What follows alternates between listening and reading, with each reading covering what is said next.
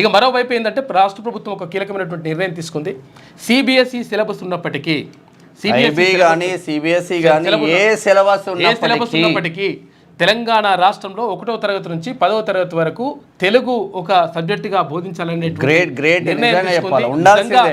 గొప్ప విషయం ఇది. ఎందుకంటే తెలుగు భాషను రక్షించుకోవడం, మాతృభాషను రక్షించుకోవడం అంటే మన సంస్కృతి సాంప్రదాయాలను, మన చరిత్రను, మన అంతా మొత్తం కూడా మనం రక్షించుకోవడం, మన నాగరికతను రక్షించుకోవడం అనేటువంటిది అవుతుంది.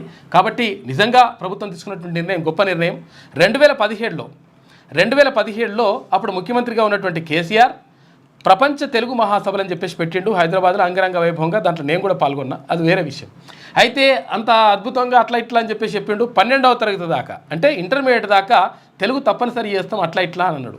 తర్వాత ఆయన పేరు మధుసూదన్ రెడ్డి, జిఎల్ సంఘం అధ్యక్షుడు.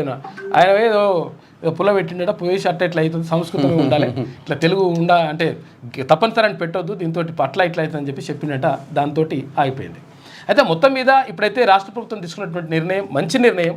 ఎందుకంటే అసలు యాక్చువల్గా నైతిక విలువలకు సంబంధించి అంటే చాలా చోట్ల అసలు యాక్చువల్గా ఒక మా ప్రొఫెసర్ అంటే ఇక్కడ ఉస్మాన్ యూనివర్సిటీలో వైస్ ఛాన్సలర్గా పనిచేసినటువంటి సత్యనారాయణ అక్కడ ఇక్కడ త్రిబుల్ బాసర త్రిబుల్ ఐటీకి పోయి అక్కడ